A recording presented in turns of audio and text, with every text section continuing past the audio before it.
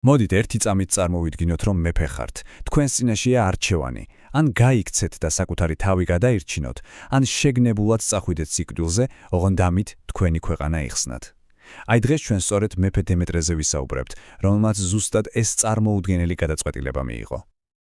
და აი ეს არის ზუსტად ის მთავარი კითხვა, რომელზეც დღეს პასუხს ვეძებთ. რა უნდა მიიყვანოს მართველი ასეთ გადაწყვეტილებამდე? იცით, ეს უბრალოდ მშრალი ისტორიული ფაქტი არა. ეს არის ნამდვილი დილემა. ლიდერობაზე, მსხვერპლზე და იმაზე, თუ რა ფასი აქვს ერის გადარჩენას მე-19 საუკუნის სასტიკ სამყაროში. იმისთვის, რომ ამ კითხვას უპასუხოთ, პირველ რიგში უნდა გავიგოთ, რა სამყაროში უწევდა მეფე დემეტრეს ცხოვრება. ეს იყო ეპოხა, რომელსაც განსაზღვრავდა მსოფლიოს ისტორიაში უდიდესი იმპერიის, მონღოლთა იმპერიის ნგრევა და მისგან გამოწვეული სრული ქაოსი. აი ეს ერთიანი მონღოლური იმპერია, რომლის სახელის გაგონებაზეც კი მთელი მსოფლიო ზრწოდა, შიგნიდან იშლებოდა. მემკვიდრეობისთვის დაუნდობელი ბრძოლები, შიდა ღალატი, უზარმაზარი ტერიტორიების მართვის სირთულე, მოკლედ, ეს ყველაფერი მას ქაოტურ და სასიკვდილოდ სახიფათო ადგილად აქცევდა. და აი ამ ერთიან იმპერიის ნანგრევებზე რამდენიმე ახალი, ერთმანერთთან გამუდმებით მებრძოლი მონღოლური ურდო აღმოცენდა. საქართველოსთვის, ჩვენი ამბისთვის მათგან ყველაზე მნიშვნელოვანი ილხანატი იყო, რომელიც სპარსეთსა და მთლიანად კავკასიას აკონტროლებდა. ახლა კი მოდით ამ უზარმაზარი იმპერიიდან კონკრეტულად ერთ პატარა სამეფოზე გადმოვინაცვლოთ, რომელიც ამ გეოპოლიტიკური ქარიშხლის ეპიცენტრში მოექცა. ეს იყო საქართველო, რომელსაც ახალგაზრდა მეფე დემეტრე მეორე მართავდა. საქართველოს მდგომარეობა რბილად რომ თქვათ, საშინელი იყო. ის იყო დამორჩილებული ვასალი სამეფო. რას ნიშნავდა ეს? ეს ნიშნავდა არამხოლოდ დამამცირებელ ხარკს, რომელიც ქვეყნის რესურსებს ბოლომდე წურავდა, არამედ იმასაც, რომ ქართველები იძულებულნი იყვნენ საკუთარი ჯარისკაცები მონღოლების დაუსრულებელ ომებში გაეშვათ საბრძოლველად. წარმოიდგინეთ, მეფობა ამ დროს ბეწვის ხიდზე გავლას აგავდა. დემეტრეს მუდმივად უწევდა ბალანსირება საკუთარი ხალხის გადარჩენის სურვილსა და მონღოლი ბატონების სასტიკ, ხშირად სრულიად არაპროგნოზირებად მოთხოვნებს შორის. სულ ერთი არასწორი ნაბიჯი და ყველაფერი, აბსოლუტურად ყველაფერი წყალში ცვიოდა. და აი სწორედ ამ დროს, როცა თითქოს ყველაფერი დაკარგული იყო, საქართველოში მოულოდნელი წერილი ჩამოდის დასავლეთიდან.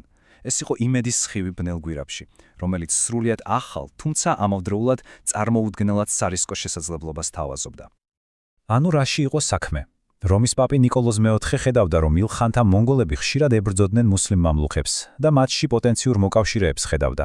ამიტომ ის დაუკავშირდა რეგიონის ქრისტიან მმართველებს და მათ შორის რა თქმა უნდა დემეტრესაც. ამ წერილმა დემეტრე ფაქტობრივად გამოუვალ მდგომარეობაში ჩააყენა. ერთ მხარეს იდგა თავისუფლების მაცდური, მაგრამ ძალიან შორეული ოცნება, ხოლო მეორე მხარეს მონღოლური ძალაუფლების დაუნდობელი ხელშესახები რეალობა.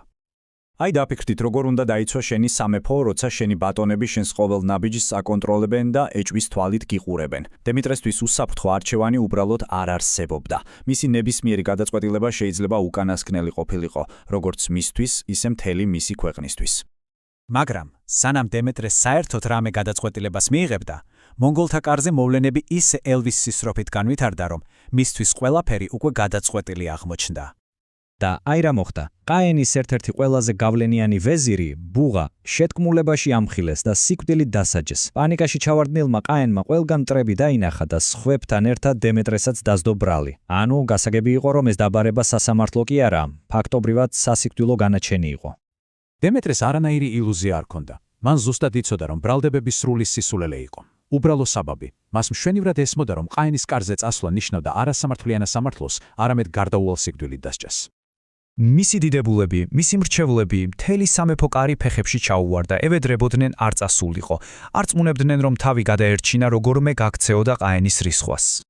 მაგრამ დემეტრეს ესმოდა ის, რასაც სხვები ვერ ხედავდნენ.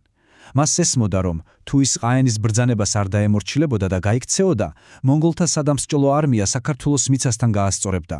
მისი პირადი გადარჩენა ნიშნავდა მთელი ერის განადგერებას. და აი მივედით გადამწყვეტ მომენტამდე. არჩევანი იყო სასტიკად მარტივი და ამავდროულად წარმოუდგენლად რთული. გაქცევა და პირადი გადარჩენა, რასაც საქართველოს განადგურება მოჰყვებოდა, ან ურდოში წასვლა, გარდაუვალი სიკვდილი, მაგრამ ამით ქვეყნისთვის გადარჩენის შანსის მიცემა. და მან თავისი არჩევანი გააკეთა. ეს იყო მეფე დემეტრეს ცხოვრების ბოლო საბედისწერო ნაბიჯები. მან შეგნებულად და ღირსეულად გაიარა ეს გზა თავისი ხალხისთვის. დემეტრეს სიკვდილის შემდეგ მისმა ხალხმა მას სახელი შეარქვა, რომელიც ყველაფერს ამბობს. დემეტრე თავდადებული. რას ნიშნავს თავდადებული? სიტყვასიტყვით თავის დამდები, ანუ თავგანწირული. და ეს საოცრად კარგად აჩვენებს თუ როგორ დაიმახსოვრა ის ისტორიამ.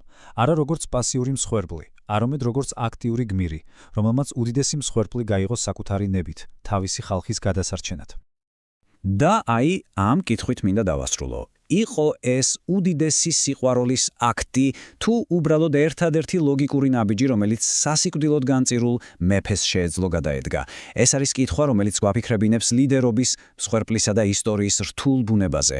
პასუხი კი ალბათ თითოეულმა ჩვენგანმა თავად უნდა მოძებნოს.